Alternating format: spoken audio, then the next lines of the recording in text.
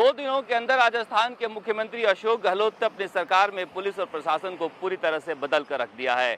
जिस तरह की लिस्ट आई है, चाहे 103 आईएएस अधिकारियों की लिस्ट हो या फिर 66 आईपीएस अधिकारियों की लिस्ट हो, इस लिस्ट को देखने के बाद हर कोई चौंक गया है कि अशोक गहलोत के इतने करीबी अधिकारी इस तरह से ठंडे बस्ते में लगा दिए जाएं, किसी को यकीन नहीं हो रहा है। हालांकि मुख्यमंत्री अशोक गहलोत अपने चौंकाने वाले फैसले के लिए जाने जाते हैं, लेकिन जिस तरह से राजस्थान के मुख्य सचिव रहे डीवी गुप्ता की विदाई हुई है, या फिर जिस तरह से अशोक गहलोत के करीबी माने जाने वाले महानिदेशक अपराध बीएल सोनी का ट्रांसफर हुआ है, उसे देखते हुए हर कोई चौंका हुआ है कि इस तरह का फैसला आखिर क्यों हुआ है। सबसे ज़्यादा हैरत हो रही है डीवी गुप्ता को नाम को लेकर। वसुंधरा राजे सरकार में भी ये मुख्य सचिव थे और जैसे ही सरकार बदली तो ये अशोक गहलोत के भी खास हो गए। उस समय भी लोग हैरत में पड़े थे कि आखिर डीवी गुप्ता के अंदर ऐसी क्या खासियत है कि जो व्यक्ति वसुंधरा राजे का इतना करीबी रहा वही अशोक गहलोत सरकार में मुख्य सचिव बनकर काम कर रहा है, और काम ही नहीं कर रहा है। जो उस वक्त की तस्वीरें देखा हो कोई, उसे याद होगा किस तरह से जब सरकार बनी थी तो जो डीपीआर से तस्वीरें आती थी उसमें अशोक गहलोत आते थे मीटिंग के दौरान, और जैसे ही डीवी गुप्ता खड़े होते थे पहले डीवी गुप्ता को वो बैठाते थे बगल में और फिर वो बैठते थे। इतनी इज्जत देते थे वो। और उसके बाद जो ट्रांसफर लिस्ट जारी होती थी उसमें उसकी डीवी गुप्ता की छाया होती थी पूरी लिस्ट पर। कहीं ना कहीं ऐसा लगता था कि डीवी गुप्ता उस लिस्ट को बना रहे हैं। लेकिन जिस तरह से उनको अचानक रिटायरमेंट के 3 महीने पहले इस तरह से हटाया गया कि उनका लिस्ट में कहीं नाम ही नहीं है, वो भी जो कार्मिक विभाग आईएएस की सूची जारी करता है उस सूची में नाम डालकर उनको हटाया गया। तो अपने आप में कहीं ना कहीं अगर आम बोलचाल की भाषा में बात करें तो एक तरह से बेइज्जती हुई है। अधिकारियों की मुखिया कहे जाते हैं मुख्य सचिव, और उनको इस तरह से हटाया जाए, किसी को समझ में नहीं आ रहा है कि आखिर क्या हुआ है। ये अशोक गहलोत ही जानते होंगे खास तौर से, लेकिन आम लोगों में तरह तरह की चर्चा है। जितनी मुंह उतनी तरह बातें हो रही है। कुछ लोग कह रहे हैं कि बूंदी के बिल को लेकर विवाद था, कुछ लोग कह रहे हैं कि उनके परिवार का कोई व्यक्ति काम करता है, सरकार का काम भी लेता है, उसको लेकर कुछ शिकायतें पहुंची थी। लेकिन अभी कुछ भी क्लियर हो नहीं पाया है, क्योंकि काफ़ी मृदुभाषी माने जाते हैं वो, और वसुंधरा राजे करीबी भी रहे हैं। ऐसे में अशोक गहलोत इस तरह के फैसले, निर्मम फैसले तो लेते हैं, लेकिन इस तरह से अधिकारियों के साथ वो कभी करते नहीं देखे गए हैं। ये देखना आगे आने वाले दिनों में दिलचस्प होगा कि आखिर क्यों इस तरह का फैसला हुआ है और डीवी गुप्ता अब क्या करते हैं। हालांकि ये भी कहा जा रहा है कि अशोक गहलोत ने उन्हें बुलाकर कहा था कि आप सलाहकार बन जाइए चीफ मिनिस्टर का, लेकिन उनका कहना था पहले से ही अरविंद मायाराम और गोविंद गुप्ता जैसे लोग सलाहकार बैठे हैं, अब मैं एक और सलाहकार बनकर क्या करूँगा। ऐसे में उन्होंने इस पोस्ट को लिया नहीं। आगे किस तरह से भरपाई होती है। हालांकि जैसे ही कल वो मिले हैं मुख्यमंत्री अशोक गहलोत से, जैसे उनके मिलने का वक्त तय हुआ अशोक गहलोत से, जो पहले गृह सचिव थे अब मुख्य सचिव बने हैं राजीव स्वरूप, उन्होंने तुरंत कार्यभार भी संभाल लिया कि कहीं देरी ना हो जाए। राजीव स्वरूप ने जिस तरह से काम किया है कोरोना में, या फिर वो काफ़ी मुखर रहे हैं अशोक गहलोत के साथ बैठकर बातें करने में, जो मीटिंग होती है उसमें सबसे ज़्यादा वही बोलते हैं।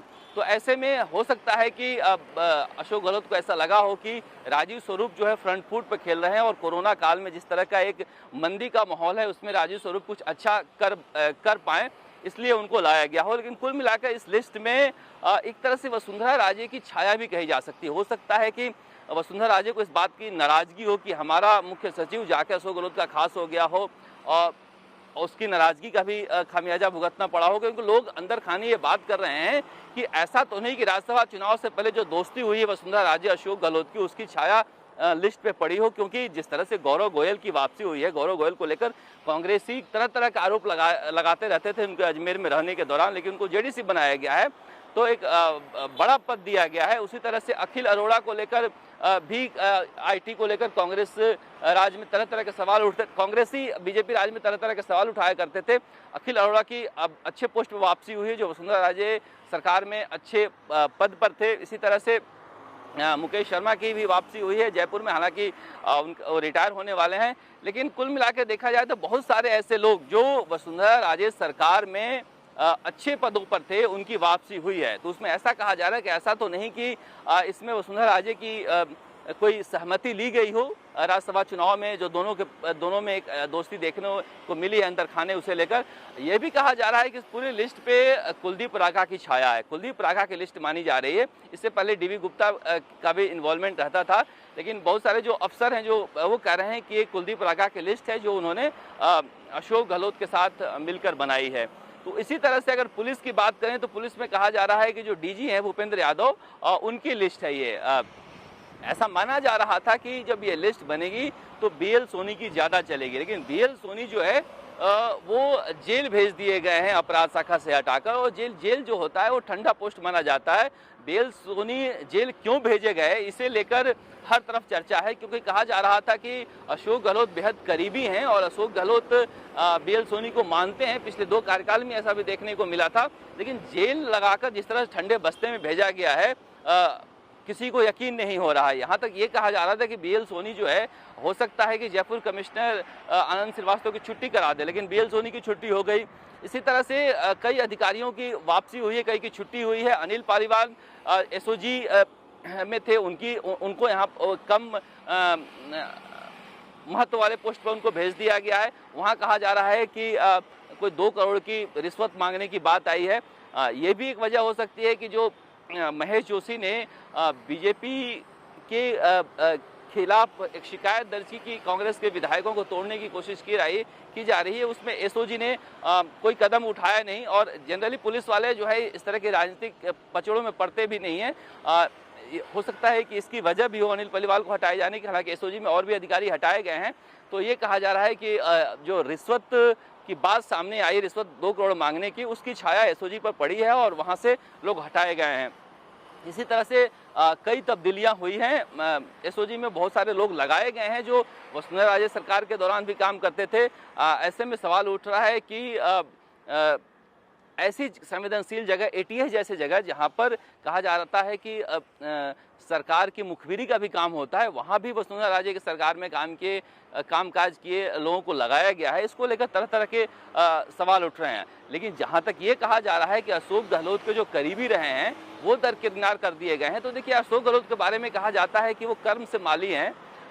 पौधों को सींचते हैं, लेकिन वो कटाई छटाई भी उतना ही करते रहते हैं ताकि वो अपने शेप में रहे। उनके लिए कहा जाता है कि किसी अधिकारी या किसी नेता या किसी कर्मचारी को वो 1-2 महीना ज़्यादा महत्व देते हैं। जैसे उनको लगता है कि वो व्यक्ति थोड़ा सा उड़ने लगा तो उसकी तरफ देखना बंद करके दूसरे व्यक्ति की तरफ देखने लगते हैं, तो वो जो है उसके होश ठिकाने में आ जाते हैं। तो ये कार्यशैली है अशोक गहलोत की, जो अपने साथ रह रहे लोगों के साथ भी करते हैं, अधिकारियों के साथ भी करते हैं। तो हो सकता है कि शिकायतें अगर नहीं भी मिली हो अपने करीबियों को, तो वो थोड़ा सा होश ठिकाने लाने के लिए इस तरफ काम करते रहते हैं। ये एक अशोक गहलोत की कार्यशैली रही है। लेकिन कुल मिलाकर जिस तरह से ये लिस्ट आई है, पुलिस की हो या फिर अफसरों की हो, हर किसी को आश्चर्य में डाल दिया है कि इस तरह का फैसला अशोक गहलोत ने आखिर क्या लिया। हो सकता है कि आने वाले वक्त में इसका खुलासा हो जाए, लेकिन फिलहाल इस लिस्ट को देखने के बाद कोई यह नहीं कह सकता यकीन के साथ कि मैं अशोक गहलोत का अपना हूं। राजस्थान तक के लिए जयपुर से शरद कुमार।